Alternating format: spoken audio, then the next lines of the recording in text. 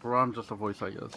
What's up, everyone? This is your Pixel crew. It's me, Roarin Plays, and I'm here with Smiles and Heart of the Cards. We're going to be going over the this last season's rankings as well as the next season's rankings. Why don't the other guests introduce themselves real quick? Hey, I'm Smiles. I've been a competitive Marvel Snap and top ladder player pretty much since February of this year. I've been playing the game for a while. I I like a lot of surfer and sort of ramp-esque decks. Sorry. You can find me on YouTube at Snap Academy, and you can find me start streaming on Twitch maybe very late Eastern at twitch.tv/smlzttv. What's up, everyone? I'm Heart of the Card Snap, and I play a lot of Surfer. I'm starting to play other decks, and I make a lot of educational content on my main channel. You can check me out both on Twitch at Heart OTC and on YouTube at Heart OTC Snap. And yeah, like Kuhn said, I'm a Galactus main now. Based. Base, yes. We love that. Um, I'm Roarin Plays. I think I already introduced myself, didn't I? But you can find me at twitch.tv/Roarin Plays. So, firstly, how have your guys' feelings of the season been so far? So we're at the very end of the season. We've had Grand Arena. We've had all these cool, fantastic 4 cards come out. Heart quit and came back all in the space of a month. How are we feeling? Well, I guess with I'll that, let I her can go go. first. Yo, I fucking hated this season. I can't even lie. This season felt disgusting to play. It felt like just like all the decks. I don't know. All the decks to me felt like just slop. And then I realized, like, after taking like a week break, I'm like, let me just not care about it because I feel like the meta feels really really bad for me.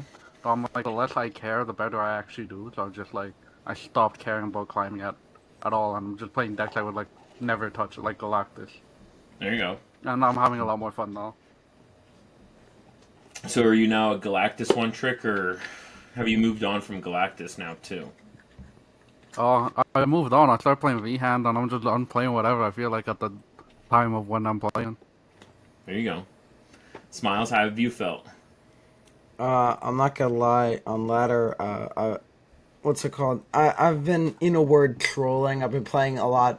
I think my most played deck this season is Living Tribunal. That tells you about how seriously I've taken ladder this season. It's not terrible, but I've mainly just trying to been like having fun on the game recently. Just not really trying. I have been climbing a little bit lately, but that's just because I wanted to try an Invisible Woman deck, and she's actually just very good, which is something we're going to be talking about later. I've sort of moved from a I need to be in the top 20 for most of the season perspective on ladder to kind of like as long as I finish in the top 100 or as long as I'm like finishing around in and around 9,000, like I'm fine. It's just like I'm sort of pivoting into more of a relaxed approach on the game as opposed to like I need to be high ranks, but I'm really trying to still like work on my deck building and make more decks. Okay, cool. Yeah, I feel like the season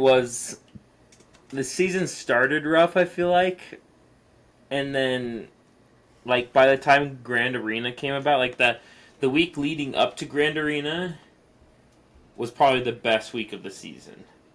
The second week of Grand Arena has sucked a lot.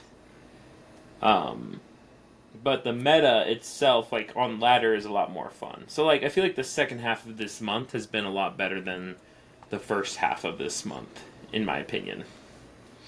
And it's mostly because of the cards that release. I find Thing and the Invisible Woman cards to be a lot more enjoyable to play and build around, and we'll go more into that. But so here are all the cards that came out this month. There are 8 new cards that came out, and we're going to be rating them all individually on a scale of 1 to 10 and kind of giving our thoughts regarding them. I'll go ahead and I'll start, and then for the first card I'll start, then you will go Smiles, then you Heart, And then after that, Smiles, you start on Herbie, then Hart, then me, and then Hart will start on the third one, and then we'll go back to me again on the fourth one. Is that clear? Awesome. All good. Okay, so Mr. Fantastic First Steps. Oh my gosh, I hate this card. I hate how good he is. That's what I don't like, bro. I hate how insanely strong Mr. Fantastic First Steps is. I think overall, though, I'm going to give him a 9 out of 10. I can't give him a 10 out of 10 because 10 out of 10 to me is like Surtur or Loki, like when he came out and just absolutely obliterated and destroyed the entire meta. Mr. Fantastic is almost to that point of destroying it, but he's so plug and playable. It's hard to just be like, yeah, dude, you're completely destroying everything when every single deck is running him. So, if one of you guys would like to edit it while I'm sharing it, I'd appreciate that. I don't know how I to can use do that. that. You got a I'll heart? do that. Yeah, I'll Yeah. edit it. Just give me a second.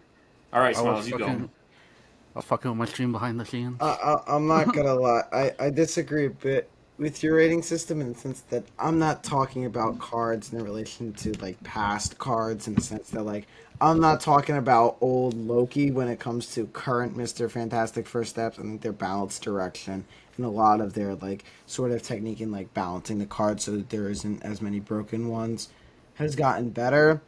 That being said, I think this is the best card in the game. I don't think it's particularly close. I'm giving this a 10.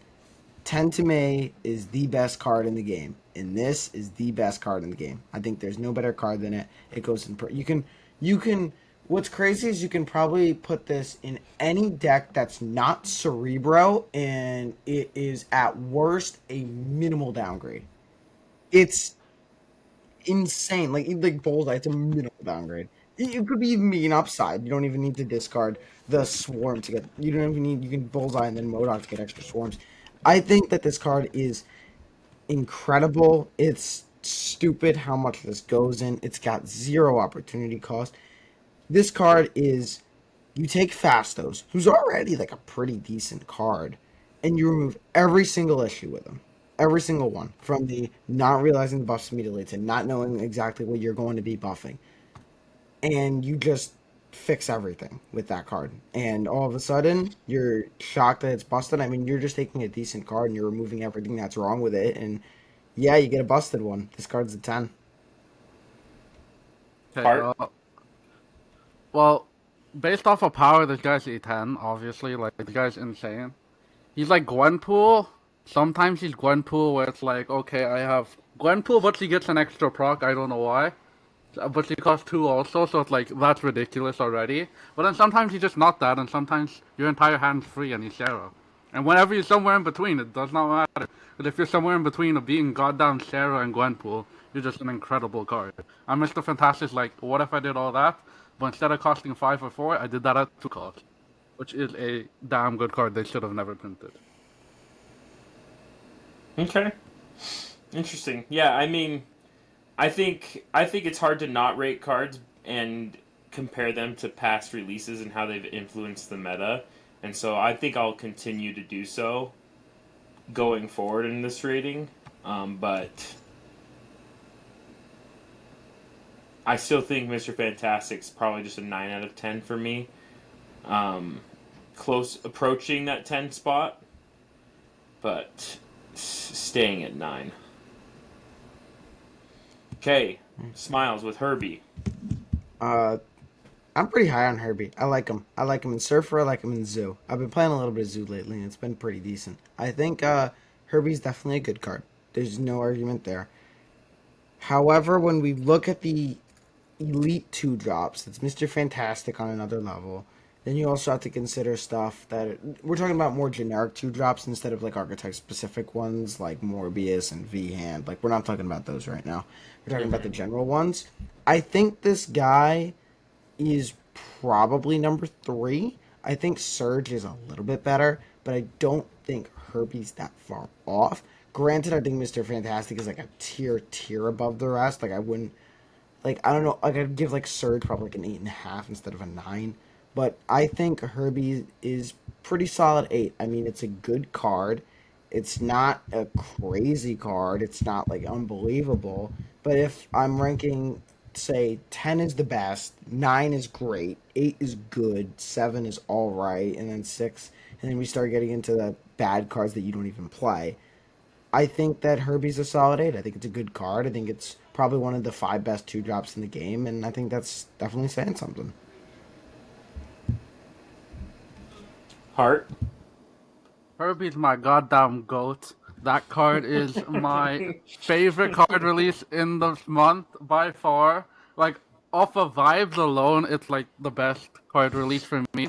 Off of like playability, it's not the best. Obviously, nothing to beat Mr. Fantastic. But Herbie's my goat. I rate this card a 9. I think Herbie's only going to get better with time. We see in the future they're doing activate synergies, and Herbie has some of those spells. It's like you're doubling twice. You're doing something now. There's a bunch of synergies that Herbie is going to get in the future that's strong, and she's currently strong. So like, I think Herbie's my goddamn goat. There you go, King. I love that. I love that a lot. I think Herbie is strong. I don't think it's hard to rate him right now because there are so many 2 drops that are also competing for that slot. And so I actually am going to rate Herbie lower than both of you guys. I think he's a 7 out of 10. I just think him getting cut from most decks just kind of keeps him down a little bit in my eyes.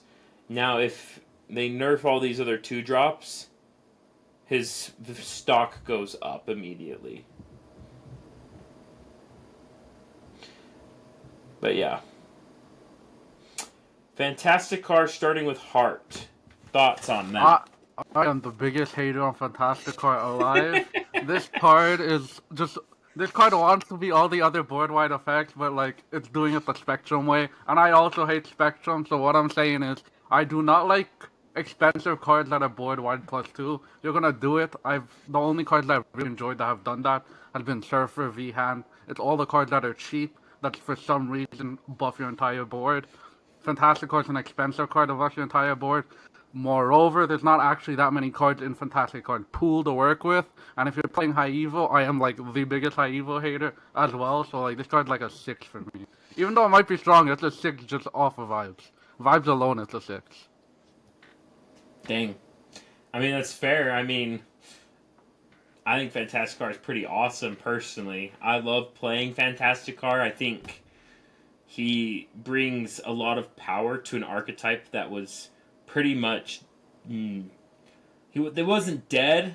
High Evo A-Bomb existed, but the rest of High Evo was struggling before Mr. Fantastic and Fantastic Car came out to kind of revitalize the archetype. I do think that your rating is pretty fair for Fantastic Car. I think I would also agree with you that it is a 6 out of 10. Even though I love Fantastic Car, I recognize that it's not the strongest card ever.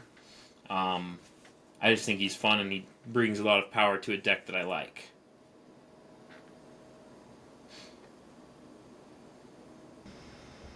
Yeah, well, I'm going to go with the same. I think this is a 6 out of 10. I think it's an alright card. I think it's something you just include with the end of turn effects. I mean, we're going to get into it later, but I think this is just a less strong Invisible Woman. I think this card is decent. Like, I think it's playable. Like, I play Fantastic Card, but it doesn't feel like it's an amazing thing to be doing. I just think that board wide +2 when it's only affecting like 3, 4 your cards, and you got to go invest the turn before to play it, so they know it's coming. I think it's like I think it's solid. I think it's decent. I don't think it's as good as Herbie. Like Herbie, I think it's like a top 5 for his cost. Fantastic Card, like it's good. Like it's probably in the like the upper half of 4s, but 4s can be pretty weak. I mean, we have some pretty bad cards at 4 cost, and Fantasticar is just he's not. It's not bad. It's just it's sort of like it's like a we'll call it a Honda, whereas like the other cars in the game, like the other cars like Herbie would be something nicer than that, like maybe like a Lexus or something like that. Okay, interesting. So you give him a 6 as well. Okay. Human Torch First Steps. I think I might be the lowest one on out of both of you guys. You Surfer One tricks. You guys and your gosh dang 3 cost cards, glazing every single one that comes out. You two, but I think Human Torch First Steps is actually the weakest Series 5 to release this month. I think Thing First Steps is better than Human Torch First Steps. And we'll get into that. But I actually think Human Torch First Steps, for me, is probably a 5 out of 10. He's still really good power, and he's strong. Like, he gives good power, but he is just so easy to interact with, so face up. You can avoid his lane if they have to overcommit to the lane to get the power, the boosts. I just think he's both not interesting, but and not as powerful as we thought he was going to be. Interesting. Yeah, that's it called. You're going in 5, and I'm about to come out swinging here. I think. I think. Yo, Dexter with a massive. Yo, raise. Dexter. Yo, what's up, Dexter? Dexter. What's up, Dexter? How are you, got King? Dexter raid yesterday. There we go. Dexter's the king, bro. He's the goat. Good stuff. Oh, you shut him out. Thank you. All right, my turn for Human Torch. First Steps. Dexter came in on the torch slander. Yeah, came in on the Torch conversation with the Surfer players. I'm giving this card a 9. I think that this card is better than Captain Carter. I think this is a ridiculously good card in a world where Juggernaut exists. Juggernaut exists. This card significantly is like, I think it's, you say that, what's it called?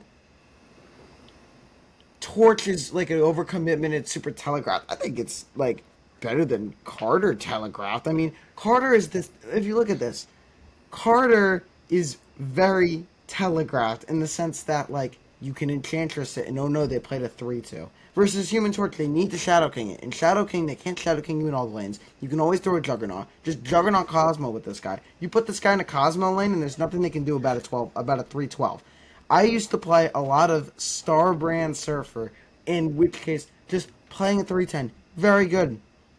Even when you aren't even doubling him, he's still a 3-5. It's not like Carter where if you're not really utilizing her effect that much, she's a 3-2. Like, I think this card, the more I play with it, the more I like it, and the more I think that I really want to sort of change up the way that I'm approaching Surfer builds into more sort of, I'm going to win 2 lanes and 2 lanes only. I'm not going to go for 3. I'm just going to play like Juggernaut, Sage, Human Torch First Steps. I like this card a lot. I think it's very good, and I had a lot of fun playing with it. I think this card is definitely better than the Thing First Steps. I think the Thing First Steps is seeing a little bit more play now, which I'm happy because I don't think it's bad now. I was a little low on that card than it actually turned out, but I think this card is good. I don't think this card is as good as I was expecting. I was expecting this card to be like 5 stars amazing, but I think this card is like 4.5. I really like this card, and I'm just gonna give it a 9.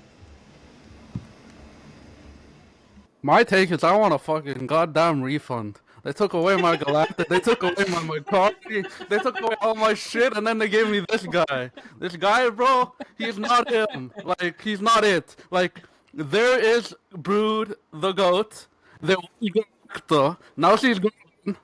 Then there's Carter. Then Human Torch is all the way down here. This guy gets teched by everything. Literally everything, bro. I get Shadow King on like turn 4, and he's dead. Turn 5 Shadow King, he's also dead. At least Carter can like dodge Shadow King. I can play around with Enchantress only. It's like, for Torch, there are just so many more ways you can interact with this guy. I dislike him. And then like Carter, you can like partially dip into the lane, maybe put one card there, and you still get a lot of power. Torch is like committal, where it's like you have to go all in or you do nothing at all. And then I just get Juggernauted anyways, and then he doesn't even get the buff. So I'm putting it on like a 7, bro. Like this guy, I gotta lift the nerve. I gotta lift the nerve for this.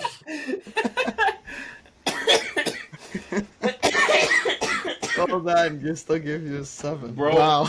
Bro went through that whole rant just to end with, so it's a 7. It is a 7 card, but I gotta give the context. These are 3 very different opinions. These are 3 very I'm different looking opinions. for an 11 out of this guy, and he gave me a 7. I'm pissed off. Dang, guys. I mean, I like this guy. I think he's good. I've been playing him. Of course I've been you guys starting to like play him him. in decks that aren't Surfer as well. I'm the one that needs a little 3-cost board over here. Yeah. I bring up a 3-cost board around, 3-cost I card got my around 3 you guys, cost and it's right like there. you guys are probably gonna think that this next Silver Surfer is like God's gift on Earth that's coming out. Oh, I'm This very new one. excited to hear these thoughts. All right, next one, The Thing. Starting off with Smiles. I have played a more Thing First Steps than I would have thought I would have in a year over the past day. I've been playing the high Evo deck. I actually bought Bruce Banner for it, which was I think is very funny. But I think this card is. I'm gonna say I wish we could give half ratings, but I'll be a little bit positive. We'll look back on this card fondly. I'll give this guy a 7. I think he's all right. I think he's decent. I think he's a good 5-drop. I think he's one of the better ones with all this like end of turn synergy stuff. I didn't expect IW to be this good, so I think that I was originally having this guy as like a 5. Like he's okay. Like he's not like the worst thing you can do, but he's not good. I think this guy's all right. I think his condition is a little bit, in a sense, I think it's difficult to do, but in a sense that you can pick a lane that they are contesting, so you can sort of mirror that so that the thing will play for like a 5-14, 5-16 in his lane, and that's very strong. That's like Red Skull without having to invest in Sauron and Enchantress and all that in your deck. I think that this guy is decent. I think he's good. I don't think he's on the level of the other cards. I think this is the worst Series 5 to release this season, but I still think it's a good card, and I think that this season was... People were complaining about the power level of cards in a season. I think Second Dinner did a great job answering them. Like, here's a ton of good cards, and then people still got bored. Heart? To me. Okay, here's the thing about the thing. He's alright. He counters Torch. He counters Torch, which is another card that counters Torch. Like, can't fill a lane if you just blow your shit up anyways. But like, I've seen him, and I think he has the exact same problem as Torch, where he's super committal, and then he's also a 5-drop, and we know 5-drops aren't that great in this game. He does not break that mold. I think he's exactly where Torch lands, where he's an alright card. He's not going to break any of the decks he's in. He'll do his job fine sometimes, and like, you're probably happy with your destroy if you're winning that lane, but you need to figure out another way to beat a lane. He's like a 7 card, he's alright. I don't think people will play him that long after this season. I think we need to have a little discussion on your guys' rating systems, because when I hear all right, I hear 5. And you're saying he's all right, or this guy sucks and he's a 7. I said he's not bad. I think he's better than Fantastic Car. I'm a positive guy. I think this season had strong cards. I think Fringe Playable's 5 to me. And I don't think any of these cards are Fringe Playable, they're just playable. Oh, see, I'm thinking we're about to get to some that are a little bit worse than Fringe Playable. Well, we will get there. Let me get the microphone a little closer, Dex. Thanks. Alright. I think that Thing First Step suffers from the exact same thing that Torch First Steps suffers from. However, I think Thing's high roll is better than Torch's high roll. So I think Thing just edges out Torch in power. However, Thing is also rated a 5 for me. I think Thing is slightly better than Torch, but they're both 5s to me. They're both 5 middle of the road cards. You can play them and you'll have a good time. You'll have a lot of fun with them, and they'll do cool things, but they're not like actually moving the needle as much as you'd want them to be compared to cards like Herbie or Mr. Fantastic First Steps. And so Thing ends as a 5 for me as well. Okay, it's on to me with Mad Stinker. Okay, this is my take on it. I've seen this guy exactly one time, and it was not my own. I played against him in a turn 1 Triskelion game, and in that turn 1 Triskelion game, he definitely was a 10 out of 10 card. That card was like a 111. However, I think in outside of the turn 1 Triskelion games, he's probably like, I don't know, like a 1 out of 10. But if it's a turn 1 Triskelion, it's a 10 out of 10. By the way, my opponent generated the mad Thinker, just for reference.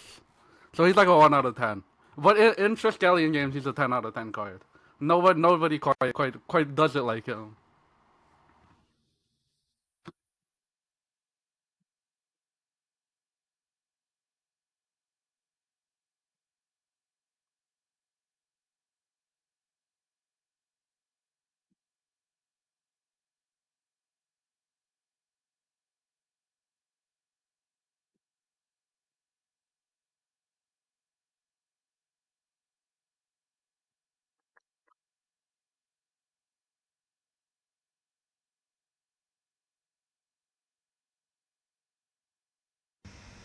Wait, Rome, are you muted? I think Ron's muted. Yeah, I was wondering why everyone was silent. Yeah, I was like, what? Like, I don't want to interrupt him, but. Dang it. I'm muted. Am I muted now or no? No, you're good. We missed the legendary. We missed the legendary. You missed the most legendary rant of my entire life right there.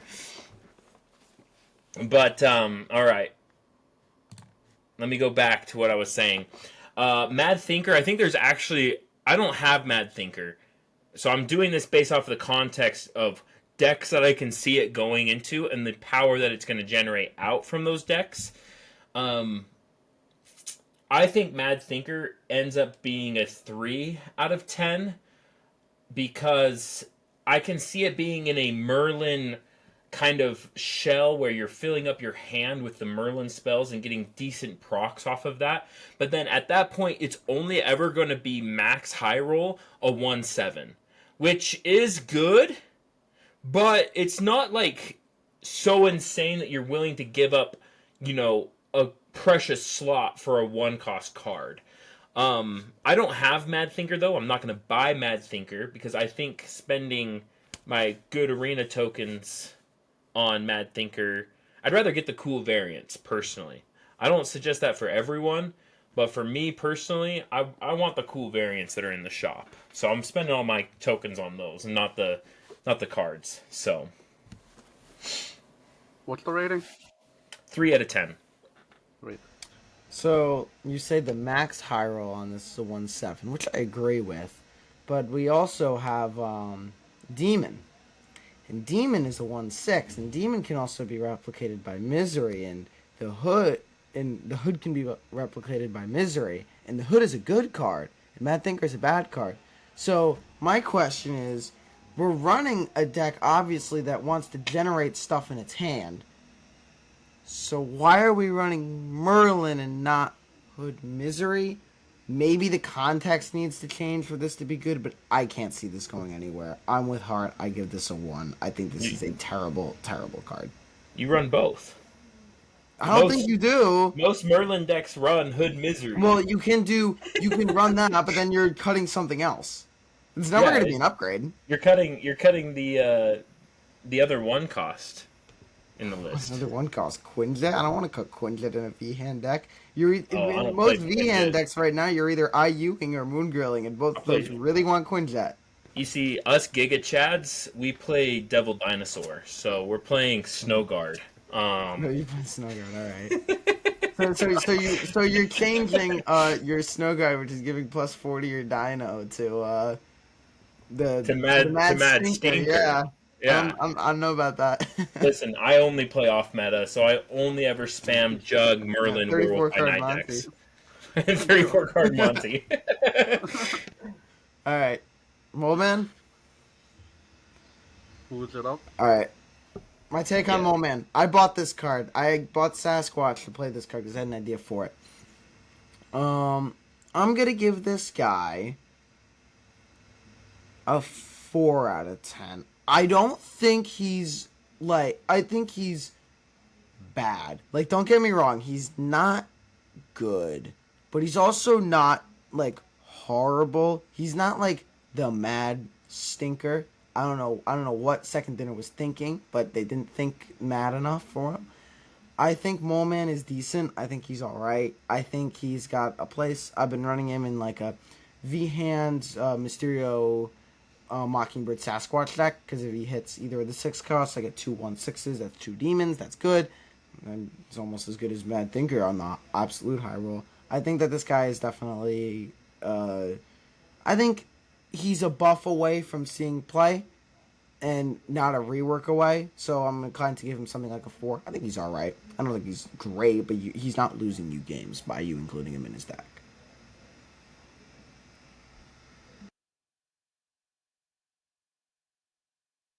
Heart. Uh, I think Mole Man is the coolest looking card in the game, and off of vibes alone, because I have not played against him. I've not played against him once, I don't own him.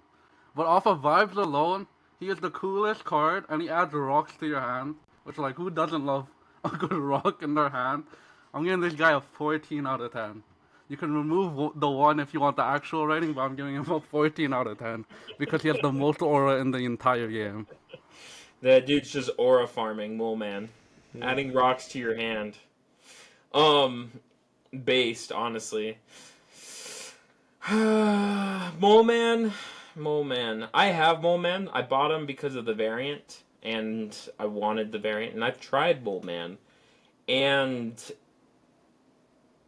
I think I'm going to give him the same rating as I would Mad Stinker. 3 out of 10. I think that they both kind of generate the same output of power that you're wanting in the decks that they're in. I am excited though because Glenn, the designer, has hinted in the future that they want to do more with the rock archetype. And so like adding cool interactions with rock cards into their deck. And he hinted that in an answer to the team. So if that comes out and they actually make those rock interactive cards, then obviously Mole Man stocks go way high. But until that point, they both play the kind of the same way to me. Plus, also like banishing the Mole Man card, like they know what you banished, and that's just more information to the opponent. Like so, if you banish your V hand, they know exactly what you just got rid of, and they're like, well, I can snap that easy. Like you just got rid of your own best card in your deck. So that's my issue with Mole Man. On to Invisible Woman first steps. I think I'll go Yes. first then. I think she's like I don't know, like a 8 out of 10. I played her a bit today and a bit yesterday. I feel like she's strong. I didn't look too deeply. I got Galactus still too early, but I feel like playing against her, she felt kind of strong, and playing with her, she felt kind of strong. When she popped off, I think she'll also age well as it's more end of turn. But even right now, Dina, Havoc, and then there's a couple other cards. Even like the +2 on Thing doesn't look that bad. There's a couple ways to make her like a 3/7, 3/9, 3/11. And once you're starting getting in that like 3/11 range, you're just like a genuinely good card to be playing. And I think I don't like her better than Herbie. Probably biased, but who cares? But I think she's like around there, so I'll go like 8. I think Invisible Woman's First Steps is my most powerful card this month. And I think it just edges out Mr. Fantastic First Steps just by a touch. I think doubling up on these end of turn effects, and then the fact that they're making more end of turn effects is extremely strong. The fact that you can play Invisible Woman and Prodigy, and you get 4 triggers on your Havoc and Athena, you're getting 16 power on the Havoc, 12 power on the Athena, and then whatever you floated with on the Sunspot. That's absurd. That's absurd stats right there. Prodigy the GOAT. Prodigy 10 out of 10. I'm I'll gonna put Prodigy give. 10 out of 10 too. I know. I actually am gonna give Invisible Woman's First Steps a 9 out of 10 though, not a 10 out of 10. I do think it's the best card of the month though. So I was high on this card before release, but I wasn't this high on the card. I think this card is incredible. That being said, I don't think it's on the level of Mr. F. I think this card is good. I think this card is the reason end of turn will become a real deck. I think this card is a very strong 9, whereas Torch is a lighter 9, and I really like the card, but I recognize it's significant. I recognize it has a significant flaw, but the high roll is still so nuts in that shell, and it's not as like you need to draw this in a sense. Like it's like the deck building requirement is a lot less for Torch. I think Invisible Woman is very good. I think this card is a 9. I think playing the end of turn stuff is very powerful. I think the ability to pop off is very powerful with this deck. As you can see, I generally leaned pretty positive on these cards. But don't get it twisted. I think Mr. F is number 1, IW is number 2, and Torch is number 3. I think IW is very good. I think that this card is something I'm very excited to be playing with and experimenting more with in the future as well. Yeah. I think Invisible Woman, the crazy part is that people think she's bugged and she's not. This is actually how she's intended to work. This is literally how she's supposed to work right now. You get 2 triggers per Invisible Woman on the board, which is crazy. 4 triggers, man. That's so much stats. She's so busted. All right, but looking forward to next season. So we're gonna review all the cards, and then we're going to go ahead and, sorry, I'm turning up my mic. I don't know if it's louder for them. Am I quiet for you guys too, or? You're fine for me. It's So it's just Yeah, the you're chat. good. You're good here. It's just the Twitch. Weird. I don't know how to turn it up for them though. Like my Yeti's all the way up. You might need to go on gain for your actual OBS. I am in my OBS. It's like all the way to the top, dude. I have like 0 decibels. If you click dot dot dot filters, you can add a gain. And then turn up the No, I decibels. already have the mic set up. It's capturing it right now. Yeah, but you know the 3 dots on Do you your need OBS to turn one up next like to the the audio? gain or something on it? You know the 3 dots on the audio which says filter and then says filters? Yeah. Add a filter, gain, and then turn it up.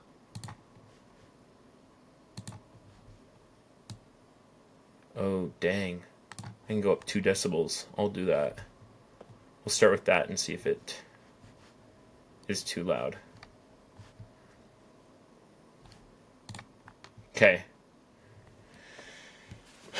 I think I'll fix it for everyone. Sorry, everyone. All right, so we're gonna go forward.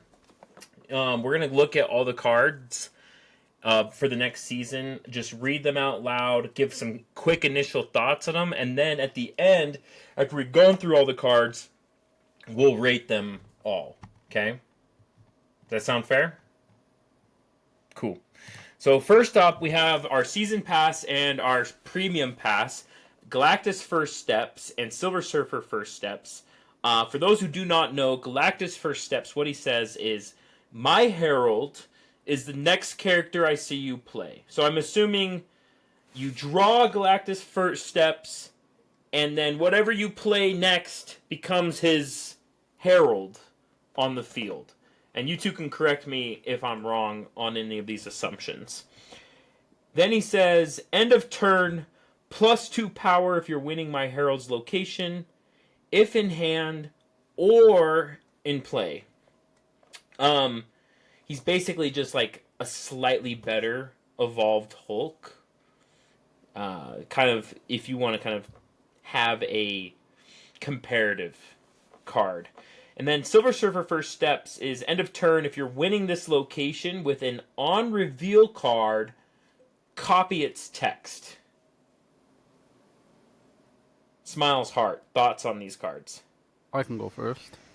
Okay. I think these are the two single best designed from like a thematic aspect with gameplay. I don't think they're going to be necessarily the strongest season passes, but I think out of the past few season passes, these are the cards that I like the most. Their design behind it.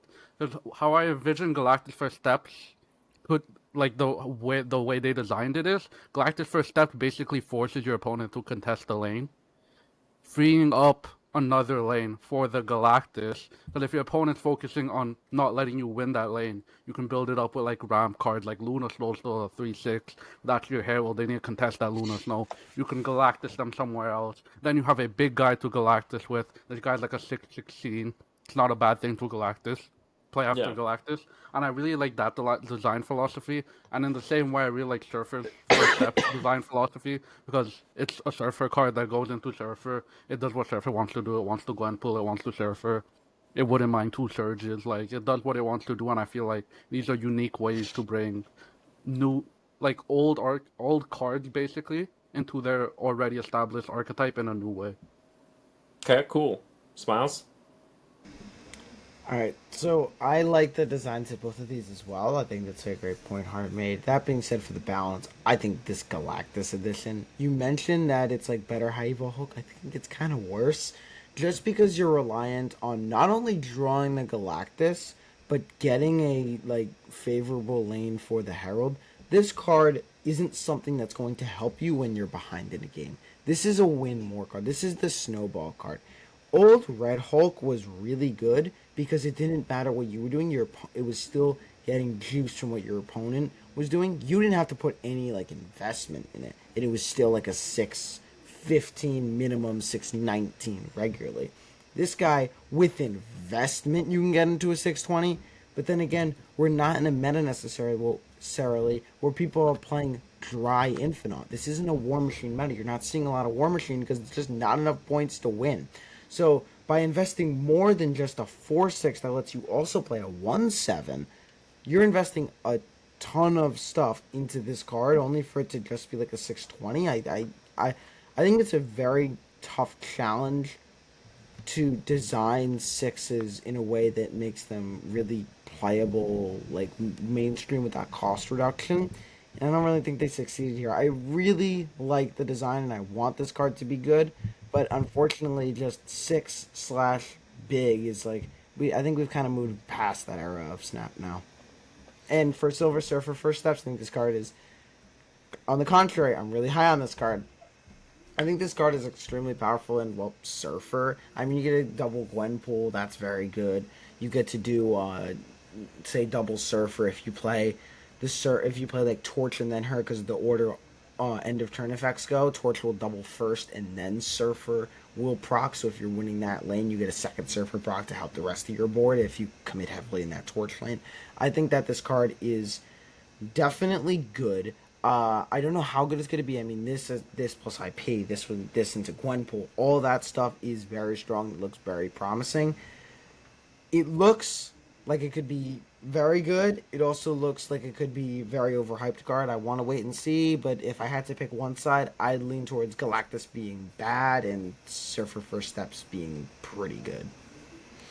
Yeah, interesting. I do think Galactus First Steps is slightly better than Evolved Hulk, and the reason why is because you can use all of your energy with Galactus First Steps, and the same downside of you having to draw the card is the same downside that you have with Evolved Hulk. I do think, though, that playing out a 6-cost card in today's meta is just doesn't exist.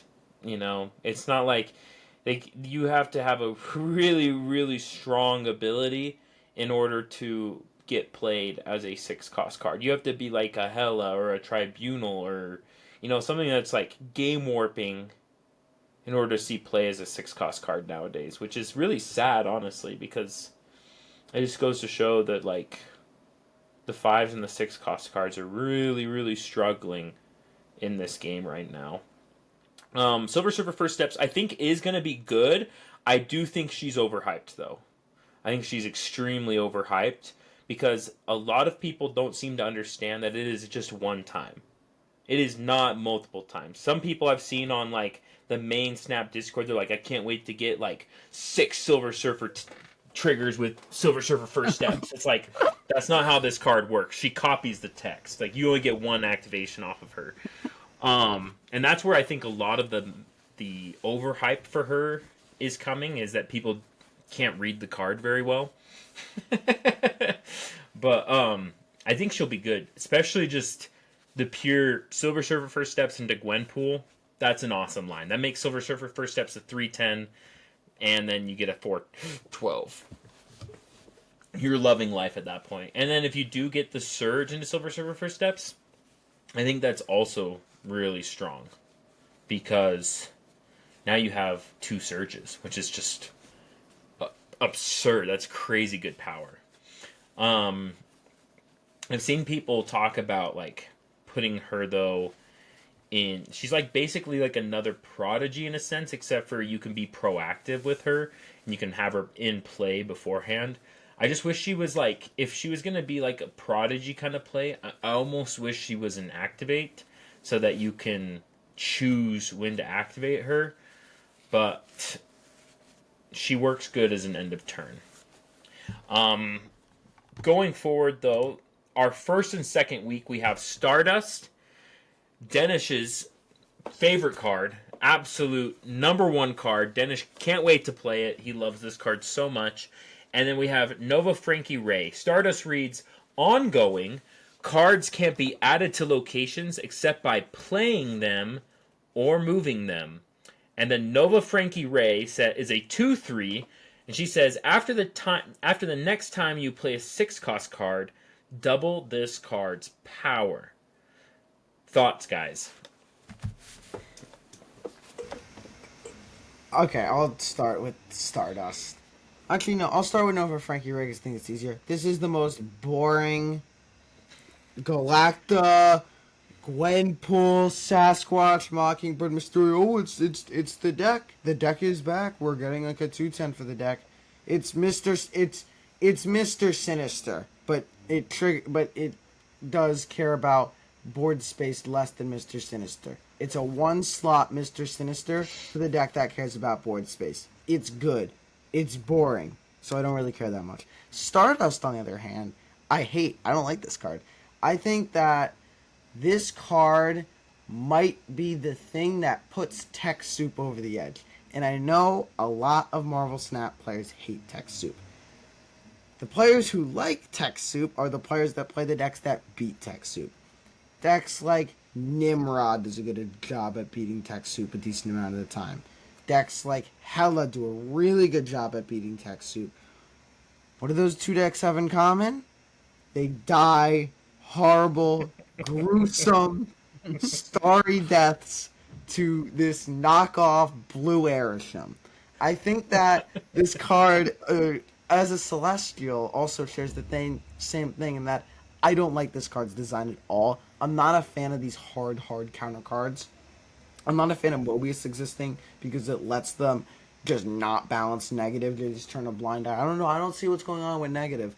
That I don't like these hard counter cards because it feels like they're a little bit too easy of a release valve, and that we can get cards that are, say, negative. I think is a little bit ridiculous in the sense that I don't want a deck that is pretty much turns Marvel Snap into a do you have it? Do you have a scam? Or do you not have it kind of game. It's not even a game of Marvel Snap anymore. It's just a game of will I draw my Mobius? Or do I have Mobius in my deck? Or are they going to leave themselves vulnerable to a scam? I just think by polarizing these games of Marvel Snap and these hard counter cards, I just don't like them. I think that Cage he's a little bit less offensive than Mobius in the sense that Affliction isn't this like super hard combo counter thing, but Affliction's points can absolutely be toned down if they were to change Cage. I don't like these hard counter sort of cards. Even something like Killmonger, I think it's a little bit less egregious because, yeah, you can kind of play around Killmonger. There's some throwing priority shenanigans you can do. It needs to throw priority. Killmonger's a little bit more, you have to play it on 6 and you have to throw priority. It's not the other two cards you can just play whenever. It's like, oh, I stopped you. I think Stardust falls into the before category because it's an ongoing. I don't like this card. I think it counters way too much. And I think what it does specifically is that it takes the Tech Soup decks and it removes their main weakness. These combo decks that are difficult to interact with. This interacts with all of them. I don't like this card. I'm not a fan of it. I wish it didn't release. They should replace this with old Firestar. They have that card sitting around God knows where. So I think that this card I don't want to release. I'd rather them release 3 more Frankie Ray Novas, the most boring card that goes in one deck specifically, than release more Stardust cards that I think harm the well-being of the game in a sense that Tech Soup is starting to go away at High Infinite, and this is just going to bring it right back. Heart. Okay, so I'll start negative and then go positive. You know, flip it on smiles. I'll start negative. So I'll start with Stardust, obviously. The thing is, I'm fine with Stardust effect. But let me go down this line of logic. What if Mobius was a 3-5? That's base line for a 3-5. Would you like a 3-5 Mobius? And I can sure as hell tell you, nobody would like a 3-5 Mobius. If they 3-5 Mobius tomorrow, everyone would be like, yo, what the hell are you doing? Like, it's so Jover, this game's dying. Now we go to the 4 cost. What's the stat line for 4s? 4-7. So now we just have 4-7 base stat line Mobius, but for a whole different set of cards. It's just as wide as Mobius. Mobius covers like half of every deck, and then Stardust covers the other half of every deck. Now you can't do anything in this game except for play like regular cards, and that's all. No energy cheating, no card cheating, no anything. But being a 4-7 for me is what kills this card and like takes away over the edge. It's like, why did base stat line? This is like 2 points overstated. And that's why I have my main gripe. I absolutely hate the design of a 4-7 tech card that legitimately shits on like 7 to 6 decks, and like by shits on I mean you play this card, they lose. They might as well just retreat right now. Like they have no answer. It starts off like 5-6 cards in their deck. Now Frankie Ray Nova, I like the design. I like the double aspect because you can play like small synergies here, like a little Gwen pool if you're playing it late. You can also just play this early. It's a 2-6, but it's a 2-6 with synergies, very interesting. And obviously, it goes in these 6-drop decks. The type 2 cheat energy, so the type 2 die to Mobius. But I digress. I think it's an interesting roleplay with like synergies. I don't mind them making cards like that. Like I think Goliath was a net positive for the game. I think Frankie Ray will be a net positive for the game. I like them just filling holes in certain decks with small. It doesn't have to be the most spectacular card, but I like these small role players filling out roles more so than these tech cards that are overstated, dumping on half of everything in the game. Yeah, I mean, I think Stardust. I actually don't mind Stardust being in the game. What I do mind is the stat line. I think the stat line should be obliterated, to be honest with you. Like, I actually don't mind the idea of a very specific niche counter to decks like Hela and Nimrod. These extremely difficult decks to interact with. However, you shouldn't be playing base stat lines for a extremely powerful effect like that. Like I actually am of the opinion that Stardust should release as like a 4-3, honestly, or a 4-2, like something super low. But I also think most tech cards should be understated, and like you should be paying more of an opportunity cost for them. Nova Frankie Ray, I think it's a pretty cool card. I like the idea of giving support to 6-drops and giving them a reason to play more 6-drops. I like the idea of like getting Frankie Ray out, and then she's just a 2/6, you know, and you can put her in your First Steps Galactus deck, where she'll buff up the lane that's the Herald lane, and then you also get the giant Galactus on the other lane. I think she's a cool designed card. I actually don't think she's as boring, but because she'll fit into extremely specific, hey, I want to play a 6-drop in this deck. What 6-drop card can I play? Moving forward to weeks 3 and 4, we have the Fallen One and Cosmic Ghost Rider. The Fallen One is a 5/5 on reveal. Set your max energy equal to this card's power. And then Cosmic Ghost Rider is a 5/7 on reveal. Remove the text from front row enemy cards here. Thoughts on this one? We'll start with Hart. Both of these cards put one thing on my mind immediately, and it's Luna Snow. I'm like, how can I cheat out Fallen One in a Luna Snow deck that has some hand buff in here, so I can either get basically double energy ramp, because I ramp into the Fallen One, he boosts my energy by 1 every turn from there, and then Luna's Ice Cube is boosting my energy another 1. So I'm basically like 2 energy ahead for the last 2 turns. I think that's interesting. Plus you can like, of course you can get like 2 gun tools. He's a 5/9, you have 10 energy on the last turn, whatever. That's a very strong thing to do. I'm very interested on how the Fallen One can kind of fit into like these hybrid ramp and like buff decks, and I think he might be able to do a niche in there. I'm not entirely sure. This is one of the question marks. Like I need to see how it plays out. And then Cosmic Ghost Rider on the same end. I'm like, I don't know. I just want to play this in like a Galactus deck. Have like shut off my opponent in the lane they have to play into if I'm playing it after the Galactus. Or I can play it early, and let's say I don't draw the Galactus. You can build on a Cosmic Ghost Rider line, I Luna Snow, or I ramp with whatever ramp cards I'm running. I shut off their early game plan, whatever it is. I'm just shutting off 2 cards right away. So like on turn 4, I want this guy out, shutting off the early game plan, and then I can kind of struggle forward with that game plan when I'm not doing the all-in Galactus style game plan. And I think those are interesting cards to me, both of them. Yeah. I think the Fallen One is going to be pretty cool to like ramp into and to buff up. I am worried though about like what implications can come from the Fallen One. However, I'm more excited about them printing these 2 strong 5-cost cards than I am worried, if that makes sense. I think Fallen One will have some extremely cool interactions, and even just a Galacta into Fallen One gives you 7 energy on the last turn. That's a Jug Shang or a Jug Enchantress. Like you're gonna be able to just fit into Tech Soup even easier than before. And then Cosmic Ghost Rider.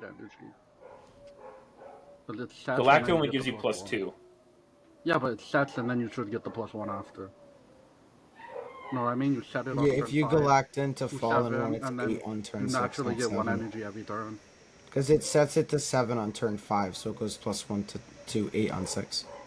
Oh, okay. I misunderstood that then. I thought it was like when it says set your max energy equal to this card's power. I assumed that was when it says max that it is just capping you off right there.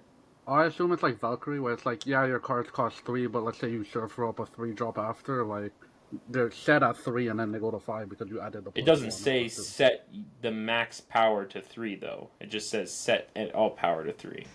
I guess, but I think max Yeah. energy is just a turn. I don't know. Because if it's the other way, I think this card's actually just terrible. No, you're it's setting it that turn, so it does get the +1 after. Okay. I mean, either way, it's going to be cool. I think it's going to be a fun card to build around and to potentially buff up. My issue with it is that there are so many buff cards now with Mr. Fantastic, Gwenpool, Galacta. Like, how much energy can people run away with? And now it's like, hey, like, here's a Sarah that you can't interact with. You don't have Mobius against Fallen One. There is no tech for extra energy beyond what we have. And so that is a little scary. Cosmic Ghost Rider, though, you can remove the text from the front row cards here is just so cool. I think it's so cool. I think it's an extremely powerful effect for not that powerful of a stat line. 5/7 is decent, but it's not like the best stat line ever. And I think that the effect should be powerful for that kind of stat line with a 5/7. And I think Cosmic Ghost Rider will actually fulfill that role and be able to kind of nullify some of these annoying cards. Like imagine like turn 2 they play Mr. Fantastic for steps. You play Luna Snow on that, and then you play Cosmic Ghost Rider there, right there. You killed the Snowball and Mr. Fantastic for steps. Boom. And you clog them for 1. That's just like one example of like how you can make this card good. So I'm excited for both these cards, to be honest with you. Alright, I'll start with the Fallen one. This card screams 2 things to me. 1, Symbiote Spider-Man. So if you Symbiote Spider-Man and then you Fallen one and then you activate that is 13 energy on turn 6, which is enough to play Black Panther plus Arnim Zola plus, like, I don't know, you can play a 2-cost card. Maybe just Grandmaster. play something like, I don't know, Grandmaster. There you go, Grandmaster. You can play a lot with this card. I think it's very, very interesting in the sense that I think it not only goes into these buff decks, but it also goes into the Kid Omega deck, the Symbiote Spider-Man BP Zola Kid Omega deck, in the sense that it's a pretty good backup line. I mean, if you can do Symbiote Spider-Man fall into Fallen 1, into Black Panther Zola, GM the Zola, that's just ridiculous if I'm being honest. So, I think that this card is very interesting. I think it features as both a combo piece and like a tech piece that's like a what if Tech Soup was even more uninteractable? Something like that. I think Fallen 1 is going to be good. I'm pretty high on it. I think it's going to be a pretty good card with a pretty neat effect and a card I'm excited they're printing. Next, Cosmic Ghost Rider. I love this card. I'm a ramp enjoyer. 5/7 on this card is amazing. I mean, as Hart said, Luna Snow into this. You can clog them with the energy, and it's just very good. I think that this card is something I've wanted for a while. I think it's Hella's only hope against Stardust in the sense that, oh no, your Stardust text was removed and I'm playing Hella next turn, you can't do anything. I think this is ramp sort of I think this is mainly, this card was printed to give Hella a chance against Stardust because Hella's not already not doing great right now. This card might like single-handedly change that. Hella does have a tech flex slot, which could end up being Cosmic Ghost Rider. But in general, I'm excited for that card. I play a lot of ramp style decks, and this guy's a pretty powerful effect. Being able to nullify a front line, especially with all these cards like Invisible Woman for steps also wants to be in the front line. Torch wants to be in the front. Torch for steps wants to be in the front line. This also screws over move bounce, which I will always sign up for. I think that this card is definitely good, and I'm excited to get my hands on it. Yeah, I can't wait for those first day copers to be playing Fallen 1 with Symbiote Spider-Man, and then I just Red Guardian US Agent them on that lane, and I hope they love their 3 energy next turn on turn 6.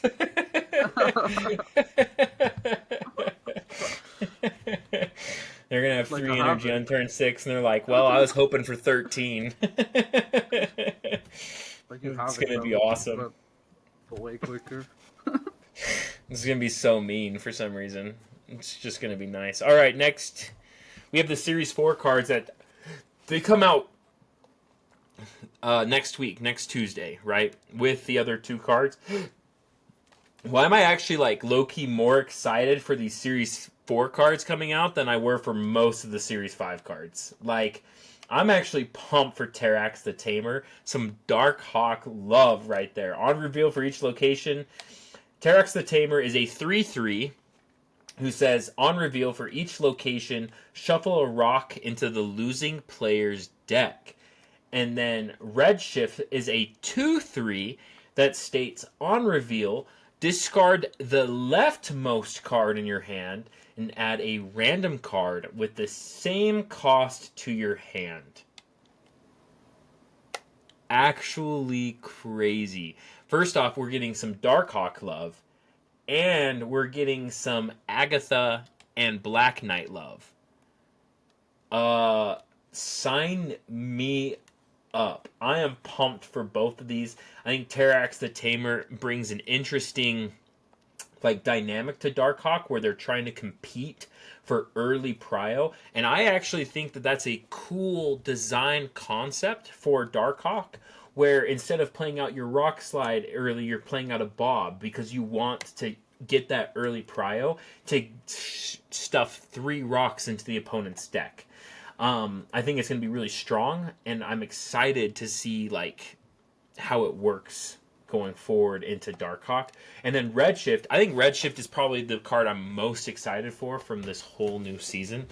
I'm a huge, massive Black Knight fan, and one of my biggest issues with Black Knight is, one, you draw Infinite right at the very beginning of your game, and he is in your left-hand spot, so the only way you can discard him is Sif, and I hate being in those situations where I have to rely on just one card to get it, while Blade can get a Blade and a Sif. When you draw Infinite on the right-hand side, you can get both. But I think I like Redshift a lot more because you can play it with a Quinjet and fit it into a Victoria Hand Black Knight shell, and you still have a strong, six cost card in your hand that you could eventually play out, and your opponent won't know what's coming.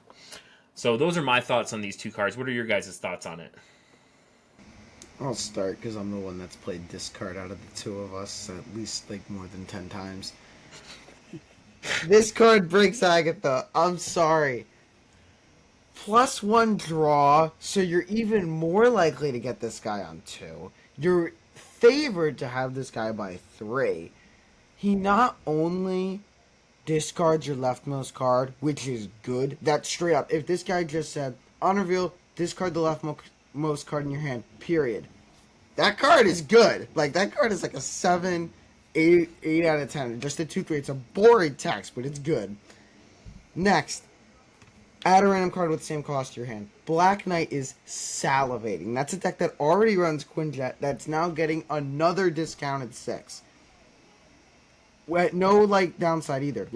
You can this might make Isan okay. Just being able to redshift, play the Ebony Blade, and then just stuff another lane with Ghost Strike. They can't Shang it because they can't beat the Ebony Blade's power in that lane, and then just Isan and pull down a couple other cards. I think that this card is really good.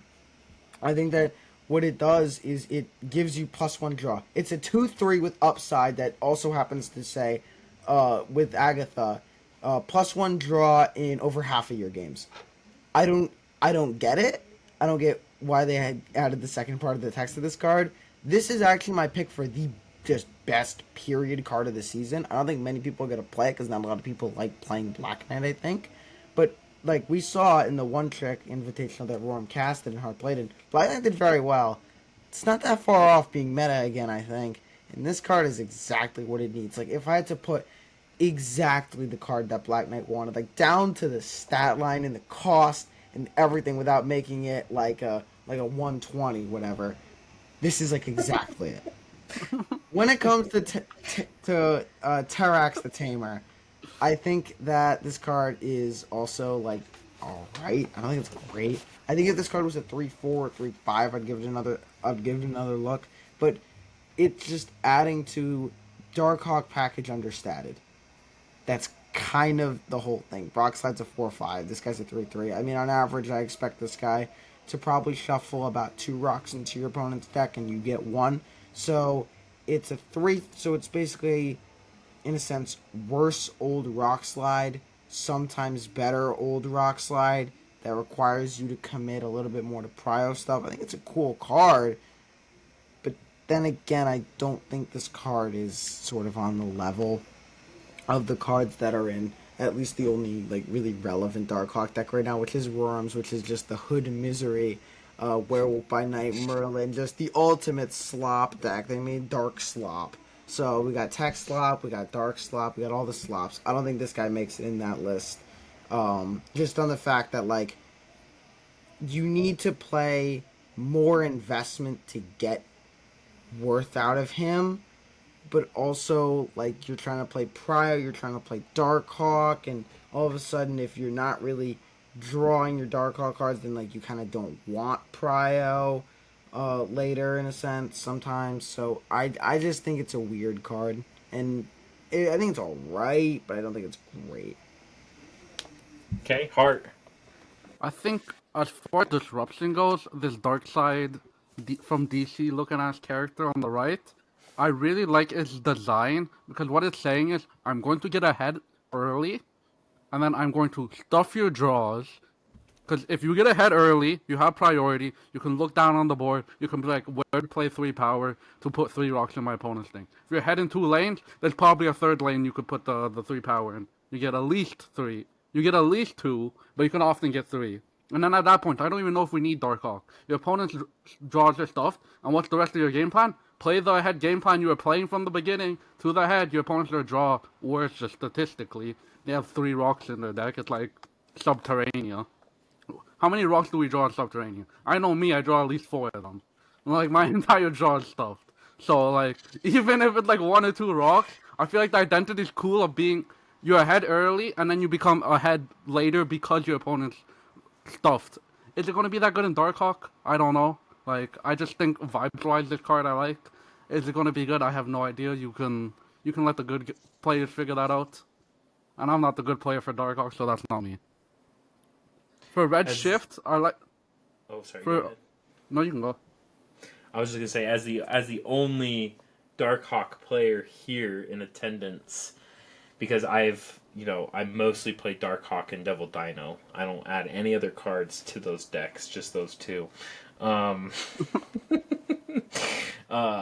the Tamer is going into that Darkhawk shell almost immediately. I don't care if I get a rock from the hood. I just want to play Terrax out so quickly.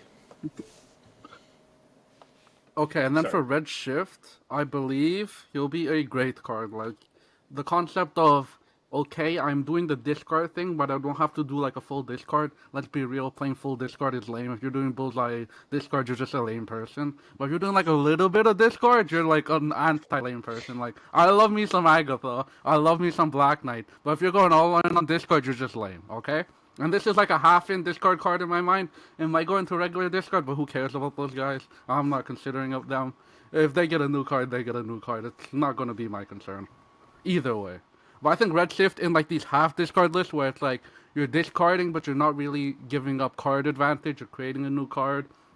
Maybe you're doing a little bit of generation here, or maybe maybe you're not doing a little bit of generation, and he just randomly gives you, I don't know, the whatever card you happen to need at the time, and you got the benefit of discarding there, and then you get, I don't know, Legion, and your opponent's like, this guy doesn't play Legion, and then you play Legion. And it's a conquest game, so your opponent knew your deck, and then he just randomly generated you something to win, and I think that is an enticing concept for a deck, and obviously the Agatha synergy and all that. But I think it's interesting both on the side of it allows you to like discard, but it also allows you not to have the downside of discarding, which is having less cards in your hand.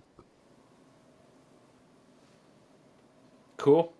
I think both these series and they're series 4 cards, which is even better. Like, they're so cheap. They're so cheap, and I think that these 2 cards are just so much fun because like they're helping already existing archetypes, and I just think that's pretty cool. The event cards for next season are Airwalker and Firelord. Airwalker is a 3/3. When this is destroyed, replace it with a 4-cost card from your hand or deck. And Firelord is a 4/6. On reveal, revive one of your discarded or destroyed 3-cost cards here. I can start us off. It's kind of funny that they made these like kind of work hand in hand almost, where you have Airwalker and he gets destroyed, and then he summons Firelord from your deck, and then Firelord brings Airwalker back. It's kind of cool, honestly. It is kind of a cool concept. Most people are pumped for Airwalker because of just one card, Morgan Le Fay. People are like, I can tutor Morgan Le Fay out of my deck, and then Morgan will bring all these buffed cards back to my hand, including Airwalker. The only problem is that Stardust is coming out, and you're Giga dead on Stardust because Airwalker doesn't work now. You just destroyed your 3/3. You spent 3 energy to play a 3/3, and then you destroyed him. It's worse Sabretooth, and then nothing gets summoned. Firelord is cool. He's extremely niche, though. I'm excited to see what people build with him, though. I'm excited to see like elixir style decks. I feel like Firelord could actually replace replace Phoenix Force in some of those decks, because a lot of the time Phoenix Force is just played on 6, and Firelord has no like conditions. It's always your 3-cost card. So like you can destroy all your others. You can destroy your Hood and your Cass with a Misery, and then Firelord will guarantee bring back the Cass.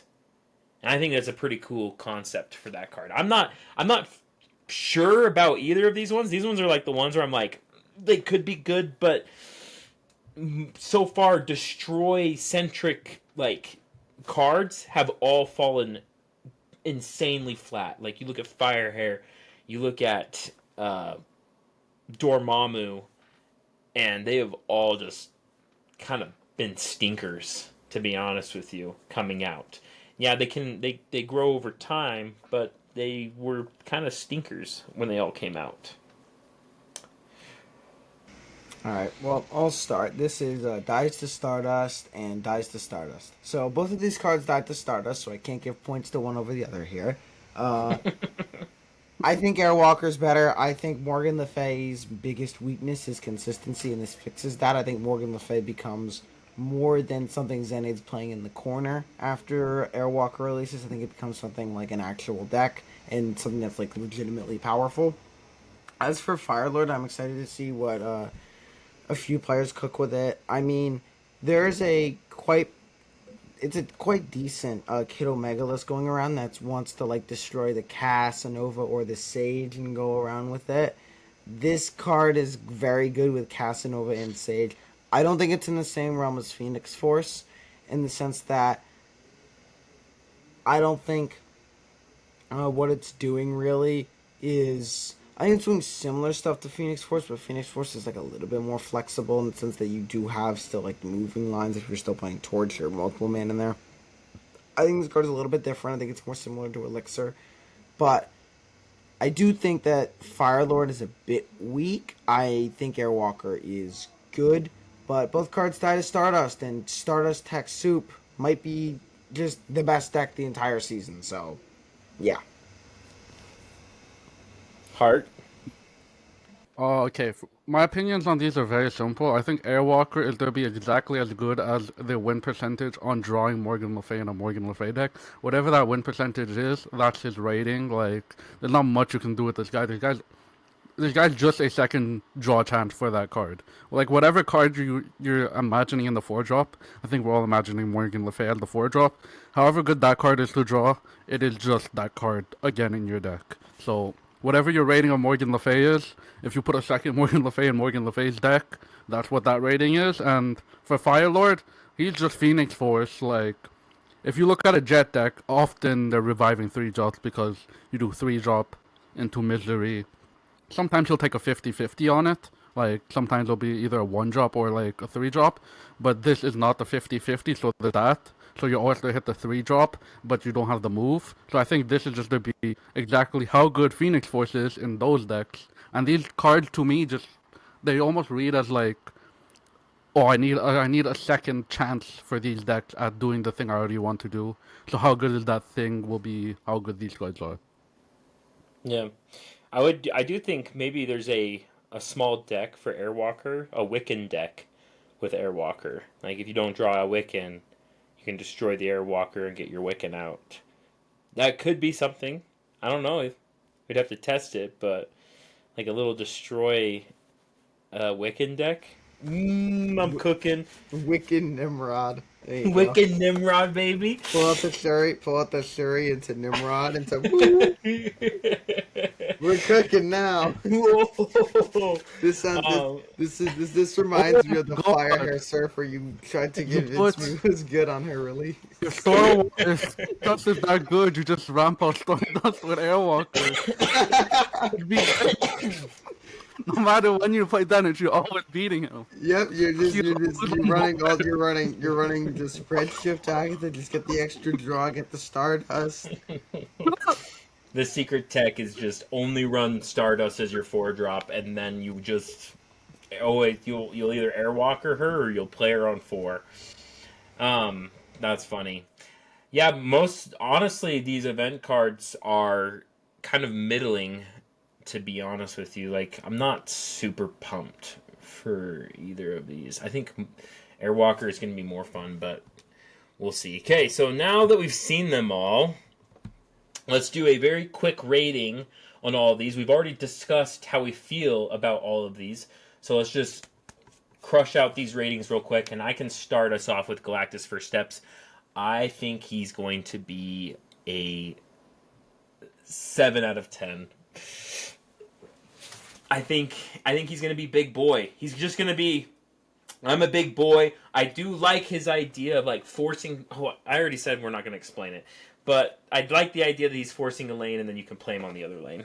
Smiles, you go. 5. This card is slightly better than Mold Man, but worse than the Fantastic car.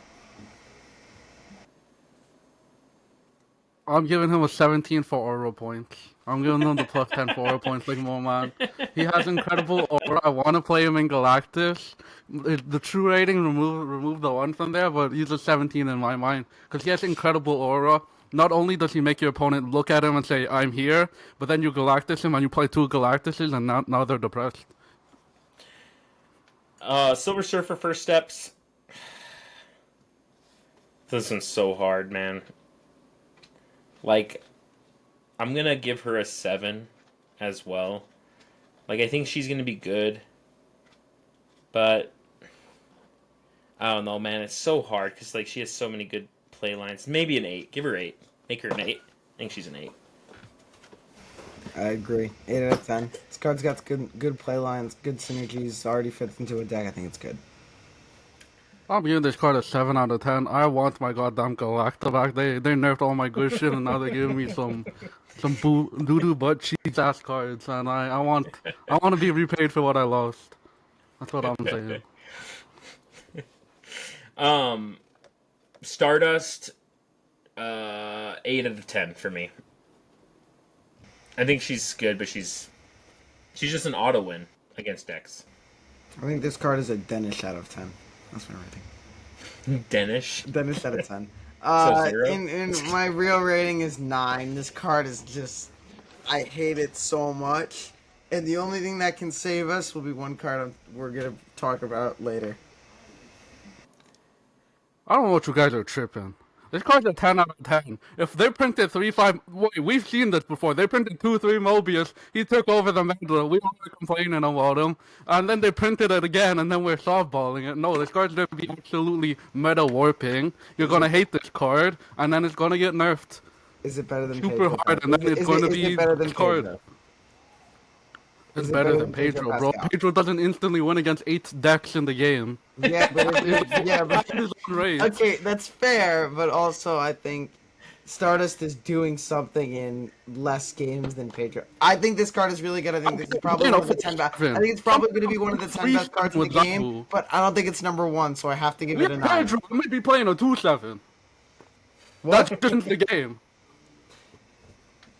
What, Stardust? Yeah, Stardust wins the game against like 3 decks. How many people do you see playing Hell on Ladder? I don't care about -1. Power. Danish only plays like It's 1 7 power. season. When I play Tech, I'm How many people do you see playing Nimrod and they can beat him on points anyway? Here's the Juggernaut. I don't care. He's on rates. No, My the most meaningful rating's this different. interaction this is gonna stop is like Brood, and then you're All gonna I'm be saying is sad. You're gonna Cosmic quit. Ghost Are Rider. you gonna quit it If then because you Cosmic lost your Ghost Rider Brood? was a 4-7, you'd be so hyped about it. And we have this card that's Yes, just because as good as Cosmic Cosmic Ghost Ghost Rider. Rider like Okay, it's actually a does 4-7. something. Actually, hold on. Hart, can you -1 off of both of my other ratings for Silver Surfer and Galactus, please? I'm just looking at it, and Silver Surfer is not the same level No, as Stardust. Servicer's not. It's a step below. I think this card is. I think this is. If I could give like decimals, this would be like a 9.7. But I don't think it's the best card in the game. I could be wrong. Okay, Frankie Ray. Anyways, Frankie Ray is a. Honestly, I'm gonna rank her the same way as I rank Galactus, just a 6-7. She's a 2-6.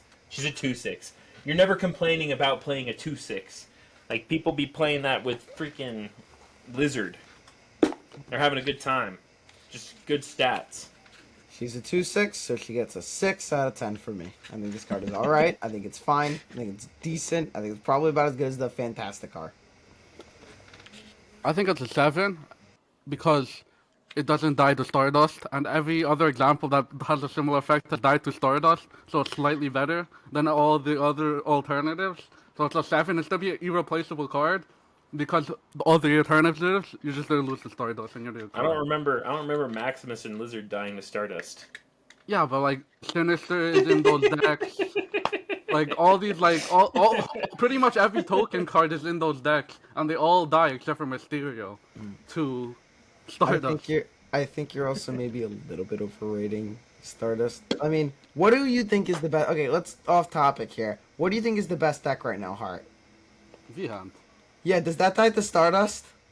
It doesn't matter. I'll just put Stardust. Yeah, it in doesn't. V-Hand. No, Yeah, it instant win. absolutely craps on Stardust. It's not like Mobius, and since we're like all the top metagame predators died to that card. Yeah, I think it's worse than 2-3 Mobius, but I think it's still very, very good. I just don't think it's gonna be as I don't think it could be, but I don't think it's gonna be. To be fair, you guys run Infinity Ultron in your V-Hand decks, right? I've been playing an okay amount. I've been playing a little bit more Derek's Moon Girl list right now. I've been trying some other stuff. Yeah, because if you play Infinity Ultron, it invalidates 2 stones. Yeah, I think that when Stardust comes out, Moon Girl would be the de facto better one. Sadly. But the thing about Stardust is she creates room in those tech decks. Those tech decks were considering all those decks you're talking about. Now they just don't consider it. They put that one tech card, and now they have like 2 tech cards open up. Because they're like, I don't need to think about Surfer, I don't need to think about Shadow King, I'll just Stardust their Brood. I don't need to think about this tech card, because I'll just do this to this deck. And then that gives them more space to tech against V-Hand or whatever. They can put a random Gorgon in instead of Shadow King. It's actually valid. It's actually fair. It's a fair take. Alright, Fallen One. Fallen One is extremely hard to rate because I don't know how it actually is going to play out.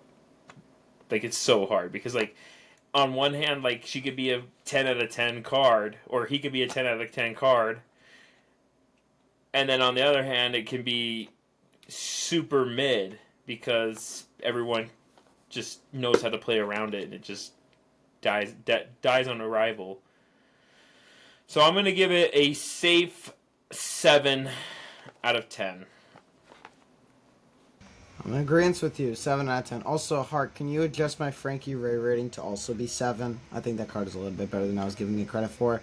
I think that's a 7. I think Fallen One's a 7. I think they're just both good cards. I don't think they're going to warp the meta. Like, I originally was much higher on this card, and then I started reasoning out the play lines in my head. I was like, it's not that crazy, but it's definitely good, I think. So, definitely 7. It's like a 6. It's probably asking you to do too much. It's a cool ability, but like it's my thing on this is more than likely it's just gonna be too inconsistent to actually be doing it. Like if you want to be a Sarah deck, you're just gonna be a Sarah deck because Sarah always does her stuff. This only does her stuff when you're actually doing the buff stuff. It's like Sarah almost never just like falters unless your opponent has a specific tech card for it. It's like Fallen One just a randomly falter where Sarah just doesn't.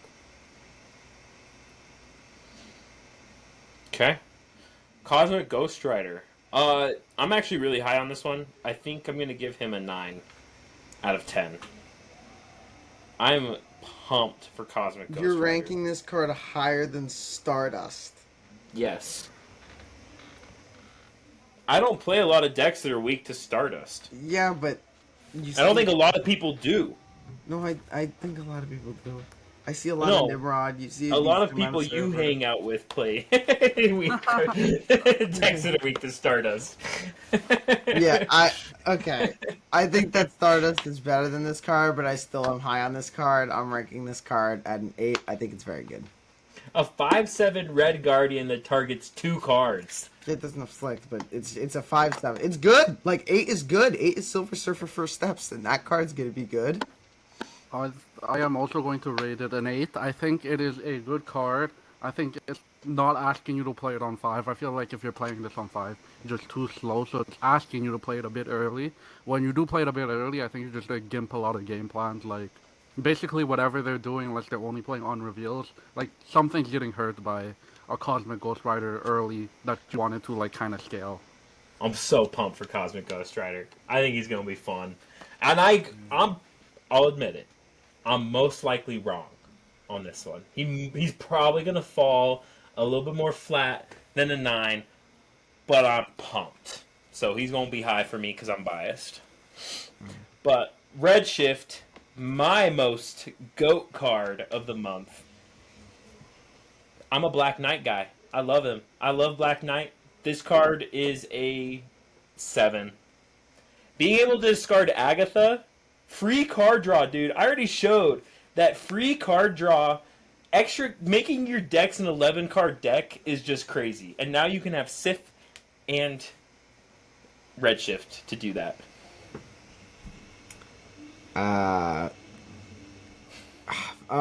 This is tricky. Based on my fantastic ratings and these ratings, where Stardust is like a 9.7, I'm giving this guy like a 9.1. I think this guy is really strong. I think Black Knight's already on the verge of being really good, and this guy is really good. I think this card leftmost is something they've been scared to print, so why they're doing it on a 2/3 with also upside, I don't know. I'm very, very, very, very, very hyped for this card. I'm really excited it's a Series 4.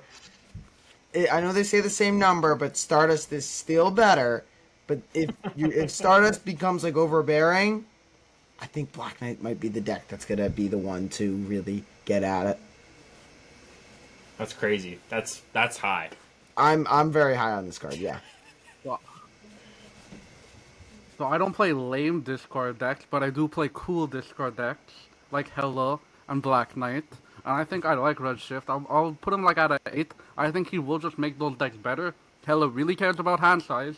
And then Black Knight can just invest in Quinjet. Now you're getting a card that is cheaper, and you're generating cards. Like, you're doing the whole Black Knight gimmick in there, in Redshift. And then Hella just really cares about hand size. It would love a card that can discard, I don't know, an Infinite, give you another 6 drop, and then you Odin it up, and then you just discard that card you just generated as well. I think it's going to be a really good card in both of those lists, so I'll put an 8. Interesting. Terrax the Tamer.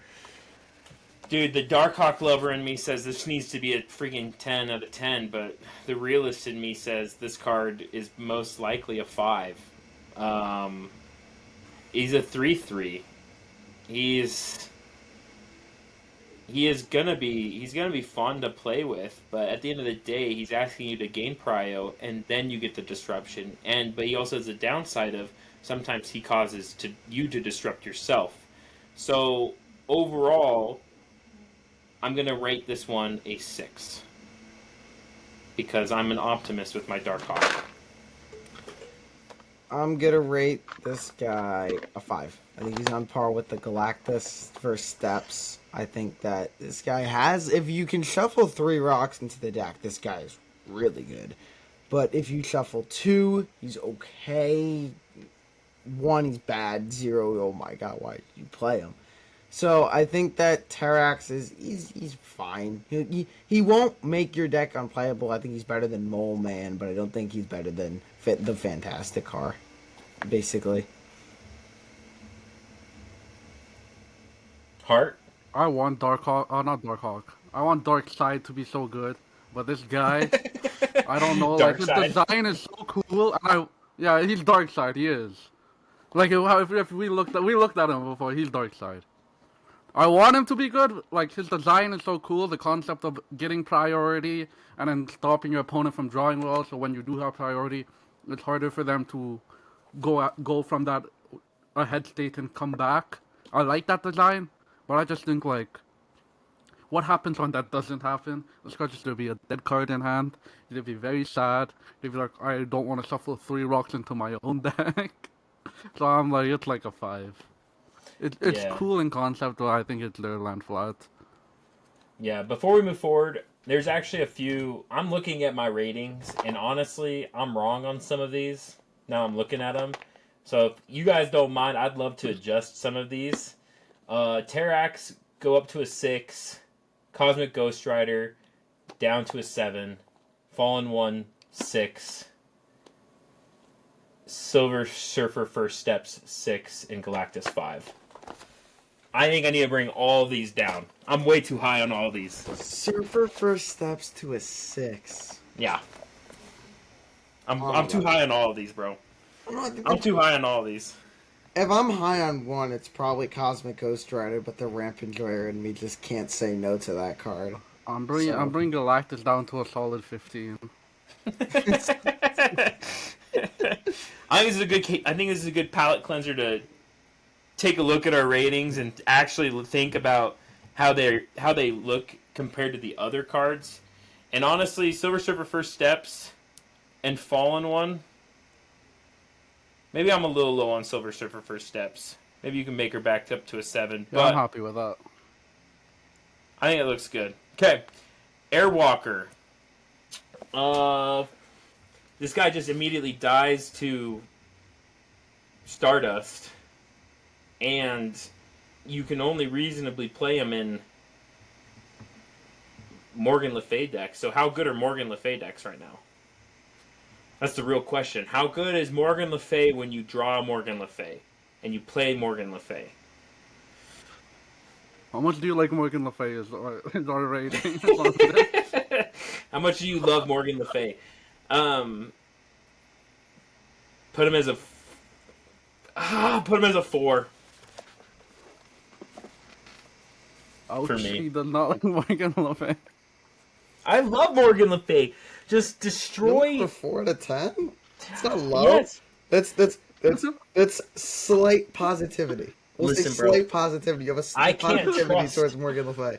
I can't trust destroy Yeah, cards from Marvel Snap and having them actually be good, because destroy has just been obliterated Yeah. in the power creep department. yeah, but we got the Kid Omega now, so it's all okay. The No, this- the kill card.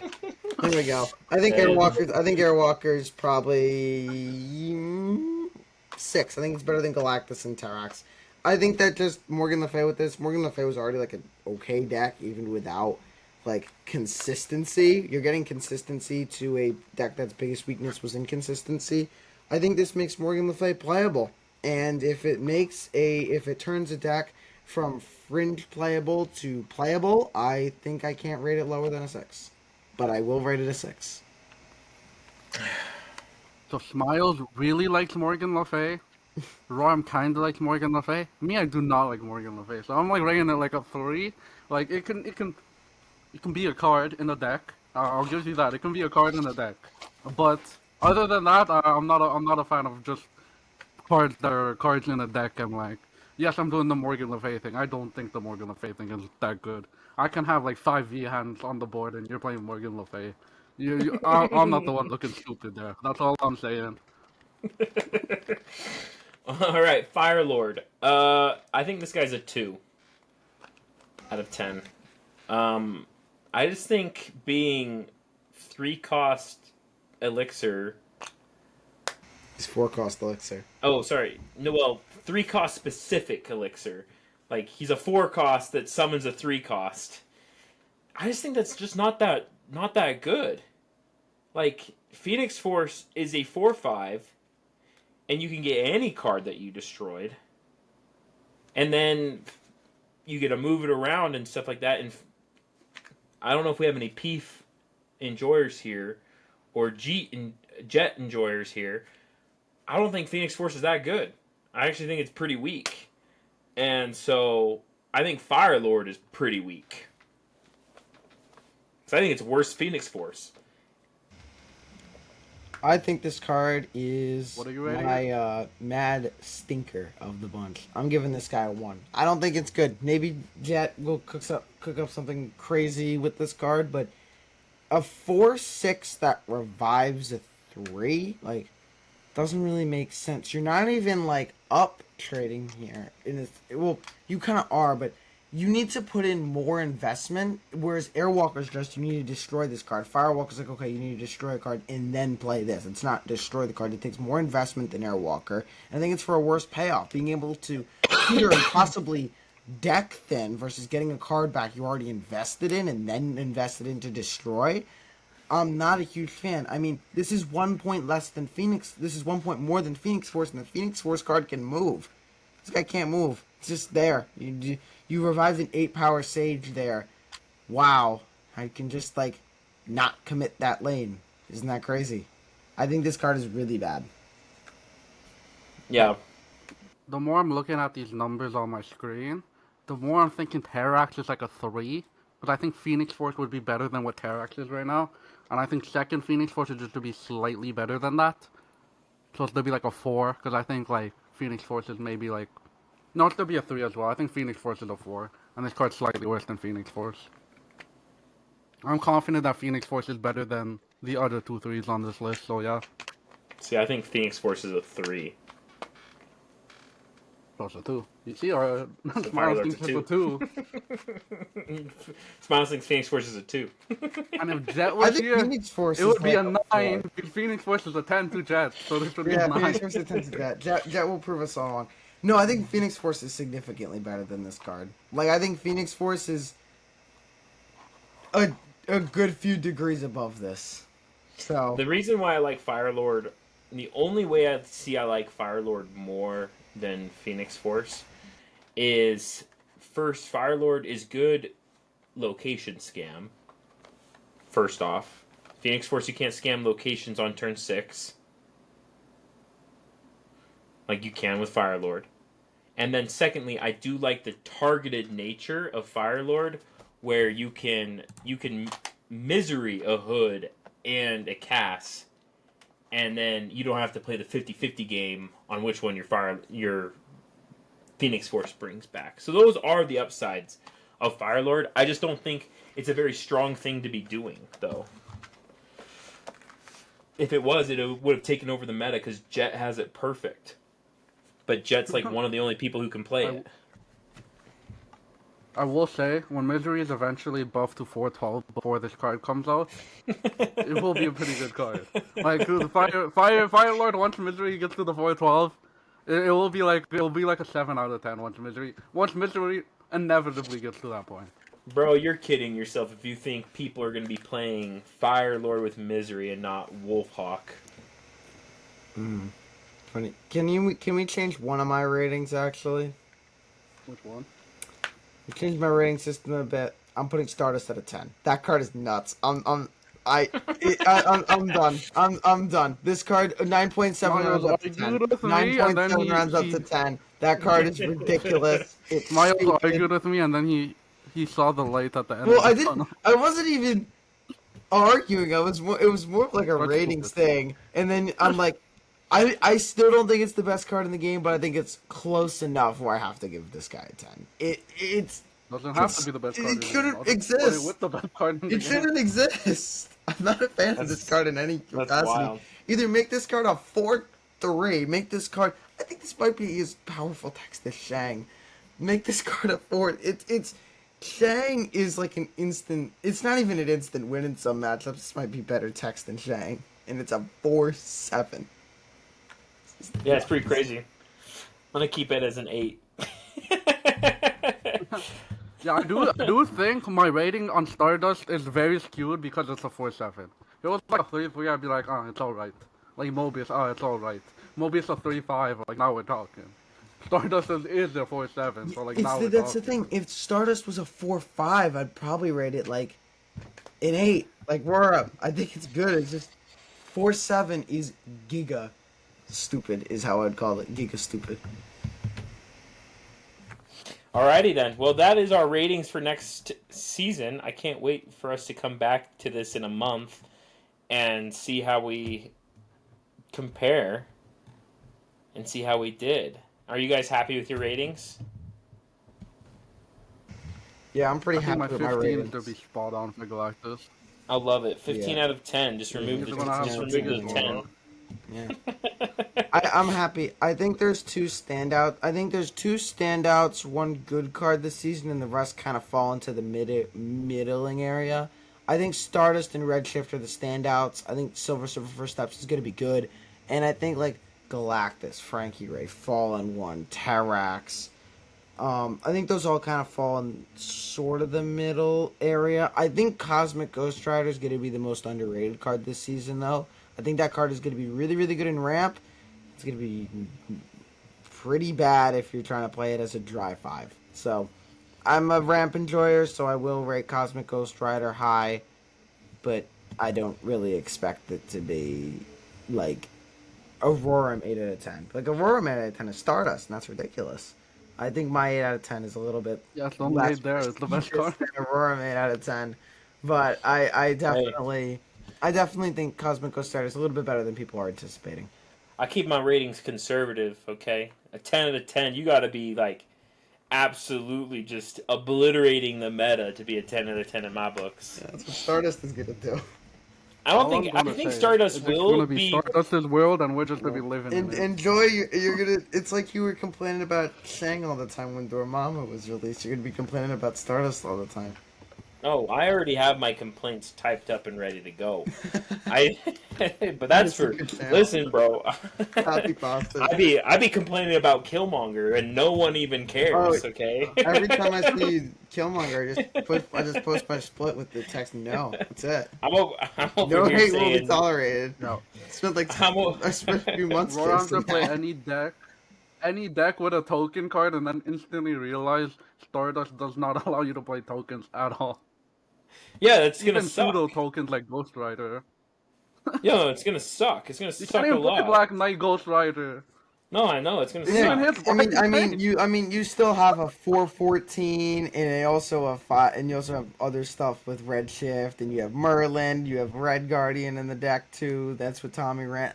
I think Black Knight will be fine. I think Black Knight is going to come back this season, and that's my hot take is that by the end of the season, or even honestly 2 weeks, you'll start seeing Black Knight as a significant part of your games.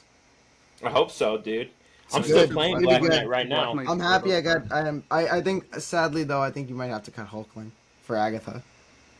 Maybe we'll see. Agatha's definitely going in with Redshift. You kidding We'll me? see. And you It's cut just a different Shank deck at that Stardust. point. Because my most of my Black Hand decks I run more twos than just Redshift. So like it feels like it'd be pretty hard to. Plus also I want to be running. I don't want all my Black Knight decks to be 414s. I want 420s.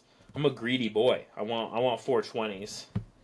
So, all right, well, that is the podcast today. Where you can find us, we'll start off with Smiles.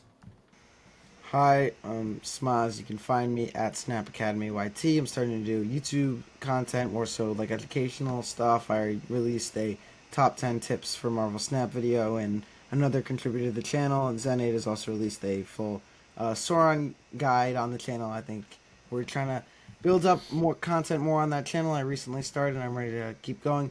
You can also find me on Twitch occasionally, maybe in like an hour, for some Snap gameplay. I think tonight I'm going to be doing Bruce Banner Airsham in Conquest, which is always a fun time.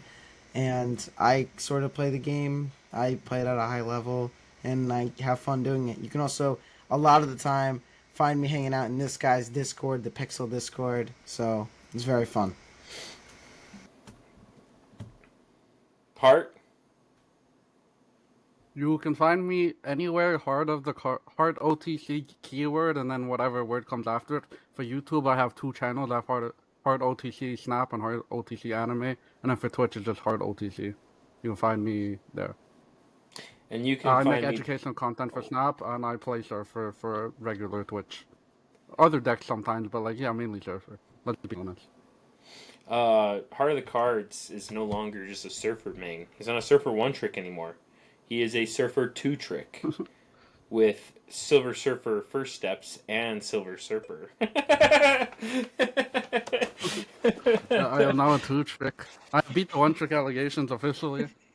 He beat the 1-trick Surfer allegations. Now he runs 2 Silver Surfers. That's funny. My name's Roram Plays. You can find me at twitch.tv/Roram Plays. The podcasts do go on to Spotify under the PXL Podcast, and then the long form video versions are found on roramplays.com. I actually don't know the link. I'll post it on the Discord, but you can find it on YouTube under Roram Plays as well there. So I'd like to thank Smiles and Heart of the Cards for being here and for being freaking awesome. And if you guys want to check out, Smiles will be streaming later today. Heart, what are you doing? Are you streaming more or are you hopping off? I'm going to bed. Probably. You're going to bed? Okay. You can So raid I over will to not be me. streaming. You can raid over to me. I'll probably still be streaming until Smiles starts streaming. I'm just gonna grab some quick food and then I'll be going in around an hour and a half, something like that. Okay. I good. can only stream late, so we'll see. I'm excited. Thank you for having us on. It's always great to be here. Great to talk Surfer with the player back from the quit graveyard. It's always great to banter with the number one Airsham player as well. What can I say, man? I'm an Airsham 1 trick. I love it. It's my favorite deck in the entire game. I live, breathe, and bleed Airsham. So Honestly, I'm angry at you, Smiles. You didn't put the Airsham 1-trick. You didn't let it get represented in the 1-trick tournament. yeah, it's crazy. Unfortunately, before he proved that he was an Airsham 1-trick in Golden Gauntlet, he was already locked in as a caster. So, sadly, we couldn't do that. We did get some messages that we did miss Roram as the Airsham 1-trick, though. Yeah, you actually did, though. That's the crazy part. All right, I'm going to stop the podcast and let it upload for all of us.